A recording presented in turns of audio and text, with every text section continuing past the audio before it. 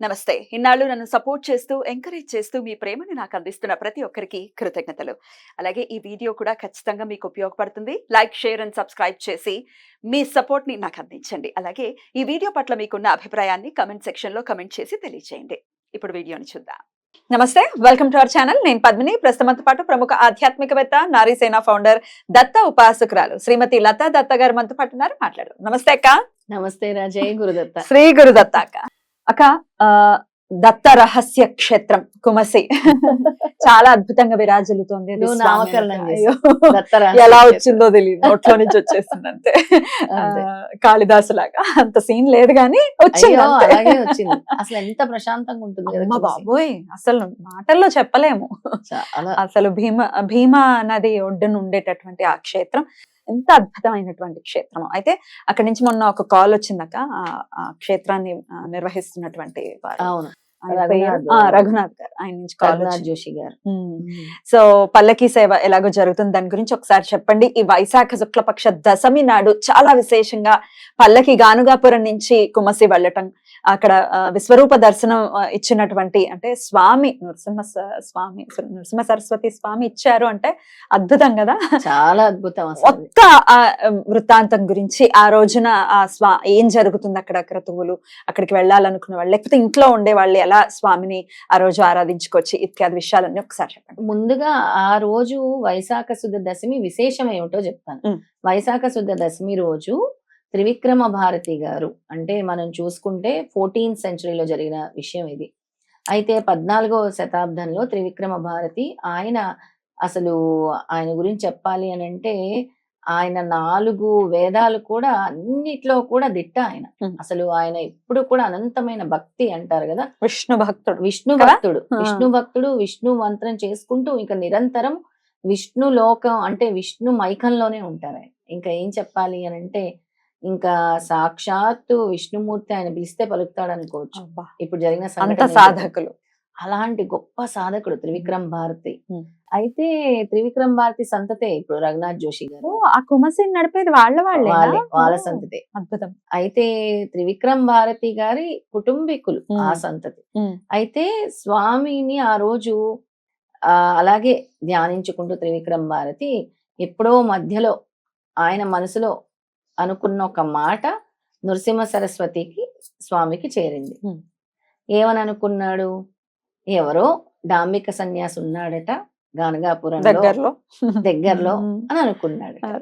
అని అనుకొని ఇది ఆ నోట ఈ నోట విని స్వామికి చేరిపోయింది నృసింహ సరస్వతి స్వామి. అక్కడ బాహ్యంగా ఉన్నారు అప్పుడు స్వామి ఉన్నారు గానగాపురంలో బాహ్యంగా ఉన్నారు స్వామి. అప్పుడు ఆ నోట ఈ నోట విని చేరేసరికి స్వామికి తెలుస్తుంది కదా, ఆయన భూత భవిష్యత్తు వర్తమానాలు తెలుస్తాయి కదా. శ్రీపాదుడు తర్వాత అవతారం నృసింహ సరస్వతి కదా. ఇంకేముంది, వెంటనే మనం కుమసి బయలుదేరాలి, అక్కడ ఉన్నాడు త్రివిక్రమ్ భారతి అని ఎవరితో చెప్పలేదు, కుమసి వెళ్ళాలి అని చెప్పి ఏంటి మొత్తం ఒక రాజుగారు ఊరేగింపుగా ఎలా వస్తుంది అలా ఏనుగులతో గుర్రాలతోటి బయలుదేరతారు పల్లకీలు. స్వామివారు బయలుదేరుతుంటే మరి ఆనాటి రాజు అన్ని ఇవ్వాలి కదా. అలా బయలుదేరి గానగాపురం నుంచి కుమసి వస్తారు. గానగాపురం నుంచి కుమసి రావాలంటే భీమా నది దాటాలి. భీమా నది దారి ఇచ్చింది అప్పుడు స్వామికి దారి ఇచ్చింది. రాగానే ఇంకప్పటికి త్రివిక్రమ్ భారతికి తెలుస్తుంది, ఆయన జపం చేస్తుంటే ఆయనకి రూపం నృసింహ సరస్వతికి కల్పిస్తుంది, విష్ణుమూర్తిది కాదు. ఆయన ధ్యానంలో ఆయన ఇదేదో జరుగుతుంది, స్వామి వస్తున్నారు నాకు స్ఫురణకి, నేను పూజించే నరహరి రావట్లేదే నాకు అని అనుకుంటాడు.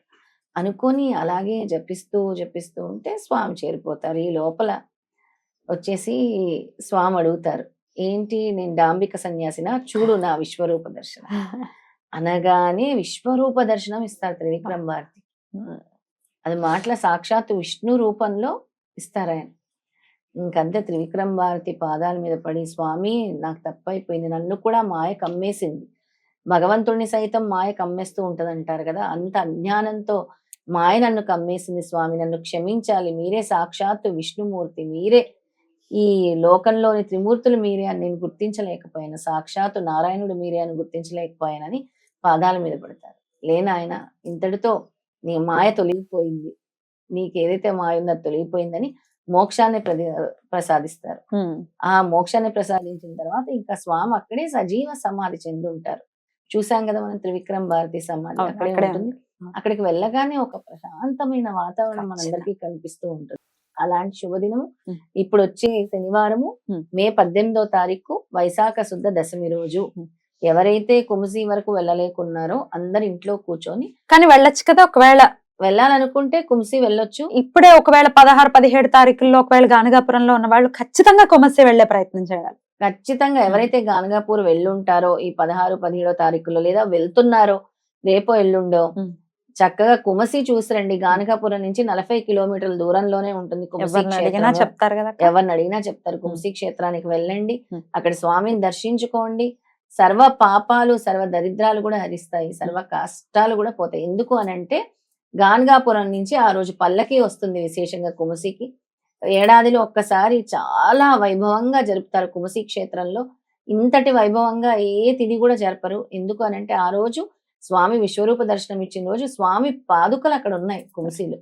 సాక్షాత్తు స్వామివారు అక్కడ నిలబడి వెళ్ళిన పాదుకలు కూడా అక్కడే ఉన్నాయి. అలా మాకు వెళ్ళలేదు, మేము వెళ్ళలేము కుమసి, కానీ స్వామిని మేము స్మరించుకుంటామంటే ఉమ్.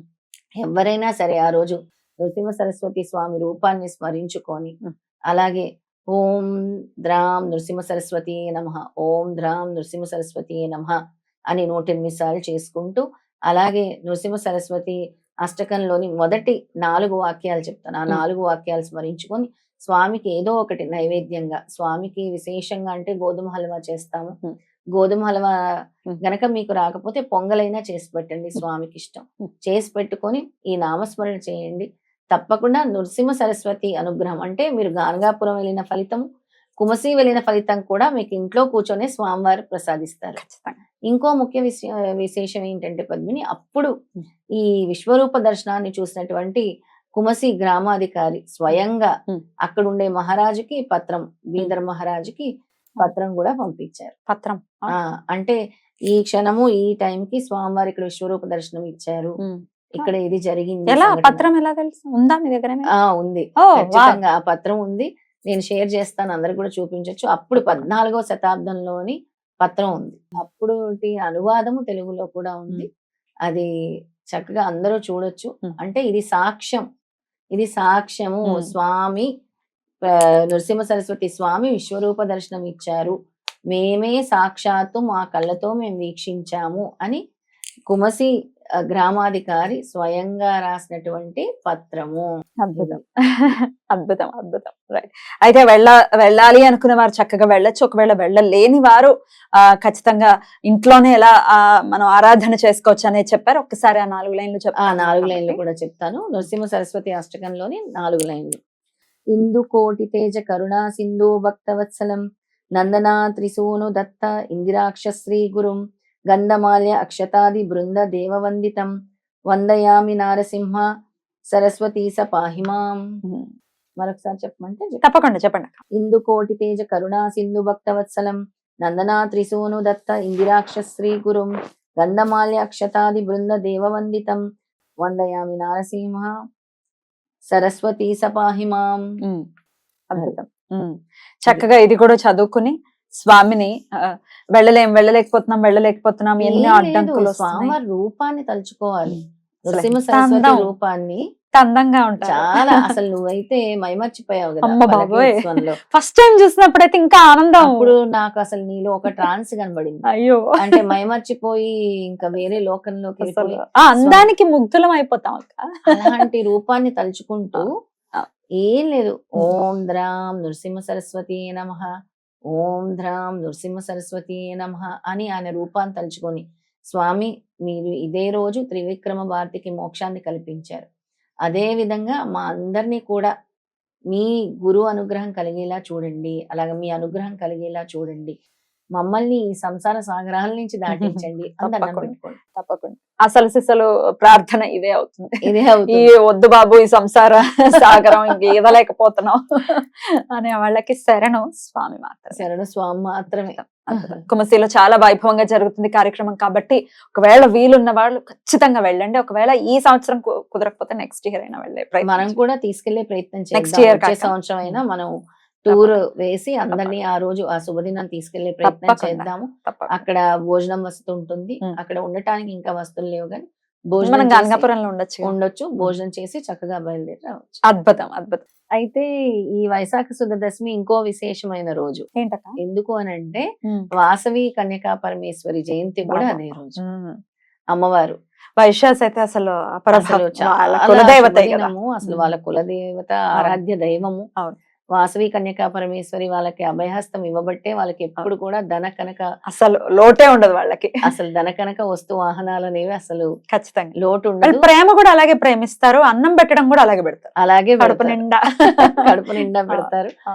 అయితే శ్రీపాదుడికి వాసవి మాతకు కూడా చాలా ఆ ముద్దులోలికే చెల్లిగానే వాసవి వాసవాంబ అని కూడా పిలిచేవారు శ్రీపాదులు. అద్భుతం. అసలు వాసవి మాతని కూడా గుర్తు చేసుకొని కూడా రాఖీ పౌర్ణమి అప్పుడు వాసవి మాత గాని శ్రీపాదుడికి వీళ్ళందరూ కూడా వచ్చి రాఖీలు కడతారు అని ఈ రోజు కూడా పిఠాపురం వచ్చి రాఖీలు కడతారు శ్రీపాదుడికి అని మన సనాతన ధర్మం చెప్తుంది. అంతటి ప్రేమ ఆప్యాయతలతో ఉండేవారు వాసవి మాతను శ్రీపాదుడు. ఇంకా ముఖ్యంగా ఆ రోజు శ్రీపాదుడిని వాసవి మాతను కూడా గుర్తు చేసుకుంటే చాలా మంచిది. ఇంకా ఎంతో కష్టపడి అంటే వాసవి మాత తల్లిదండ్రులు పుత్ర కామేష్టి యాగం చేసిన తర్వాతే అమ్మవారు జన్మించారు. అలా సాక్షాత్ అమ్మవారే వాళ్ళ ఇంటి జన్మించిందంటే ఎన్నో ఎన్నో ఎన్నో జన్మల పుణ్య ఫలం అని అనుకోవచ్చు. ఖచ్చితంగా. అద్భుతం. అందుకే ఆ రోజు అమ్మవారిని కూడా ఆరాధిస్తే చాలా మంచి జరుగుతుంది. ఏం రాకపోయినా ఓం ఐం హ్రీం శ్రీం శ్రీమాత్రే నమః లేదంటే వాసవి మాత తలుచుకోండి రూపం. శ్రీపాదుని వాసవి మాతను కూడా తలుచుకోండి నృసింహ సరస్వతితో పాటుగా. తప్పకుండా. చాలా చక్కగా వివరించారక్క. కృతజ్ఞతలు. నమస్కారం. జై గురుదత్త. శ్రీ గురుదత్త.